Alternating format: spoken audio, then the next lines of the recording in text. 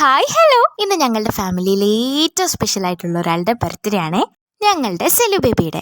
എൻ്റെ കസിനാണ് സെലു. ഇവിടെ അറേഞ്ച്മെന്റ്സ് ഒക്കെ റെഡി ആയിട്ടുണ്ടേ.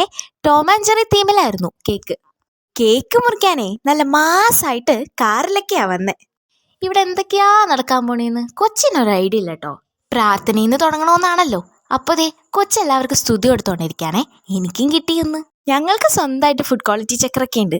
കണ്ടില്ലേ, ചെക്ക് ചെയ്ത് നോക്കുന്നത്. പിന്നെ കേക്ക് മുറിക്കാൻ തുടങ്ങി. മുറിച്ചോണ്ടിരിക്കുമ്പോഴോർത്തെ തിരി ഊതിയിട്ടില്ലാന്ന്. പിന്നെ അത് ഊതിയിട്ട് മുറിച്ചു. അപ്പോഴാണ് അഞ്ജലു ഗിഫ്റ്റ് കൊടുത്തേ. അത് കണ്ടിട്ടേ ഇതെന്നാത്ത സാധനം എന്നൊരു നോട്ടോ നോക്കി അത് അവളുടെ ചേച്ചിക്ക് കൊണ്ടേ കൊടുത്തു. പിന്നെ ഞങ്ങൾ കേക്കിൽ വെച്ച ചീസിന് വേണ്ടി അടിയായി. പിന്നെ അതിൽ വെച്ച ബോളിന് വേണ്ടിയായി. ക്യാമറ ഓണായെന്ന് മനസ്സിലായതോടെ അഞ്ജലുവിന് സ്നേഹം അങ്ങ് കൂടിന്നേ.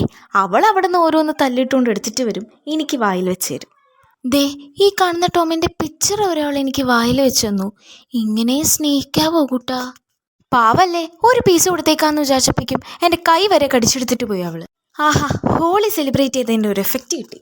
അപ്പോഴേക്കും ഗിഫ്റ്റ് അൺബോക്സിംഗ് ഇവിടെ സ്റ്റാർട്ട് ചെയ്തിട്ടുണ്ട് കൊച്ച്. പിന്നെ ഒരു പായസം കുടിച്ചു. ലോലിപോപ്പ് എടുക്കാൻ പോയപ്പോഴേക്കും ഒരു കൈ. വേറെ ആരുടെ? അഞ്ജലുവിൻ്റെ തന്നെ. മഞ്ജു കുഞ്ചു രഞ്ജു, എല്ലാവരും ഉണ്ടല്ലോ. ഇതാണ് അഞ്ജലു, എൻ്റെ കസിനാണേ. പിന്നെ ഞങ്ങളെല്ലാവരും ഗിഫ്റ്റൊക്കെ നോക്കി കുറച്ചു നേരം അവിടെ ഇരുന്നു. കൊച്ചിനെ കാണാനേ ഇന്ന് നല്ല രസമുണ്ടായിരുന്നു. ഹെയർ ബോ കൊച്ചിൻ്റെ ചേച്ചിയും മാല കൊച്ചിൻ്റെ അമ്മയും ഉണ്ടാക്കിയേ.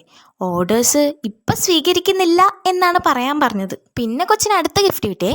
എനിക്കുള്ളത് ഞാൻ എടുത്തിട്ടുണ്ട്, ബാക്കി നിങ്ങൾ എടുത്തോ എന്നും പറഞ്ഞുകൊണ്ട് അത് ഞങ്ങൾക്ക് തന്നു. പിന്നെ ഞങ്ങൾ ഫുഡ് കഴിക്കാനായിരുന്നു. നല്ല ചിക്കൻ ബിരിയാണി ആയിരുന്നു. അതും കഴിച്ച് അടുത്ത പരിപാടിയിലേക്ക്. ഉറക്കം അതന്നെ. അപ്പം ശരി, എന്താ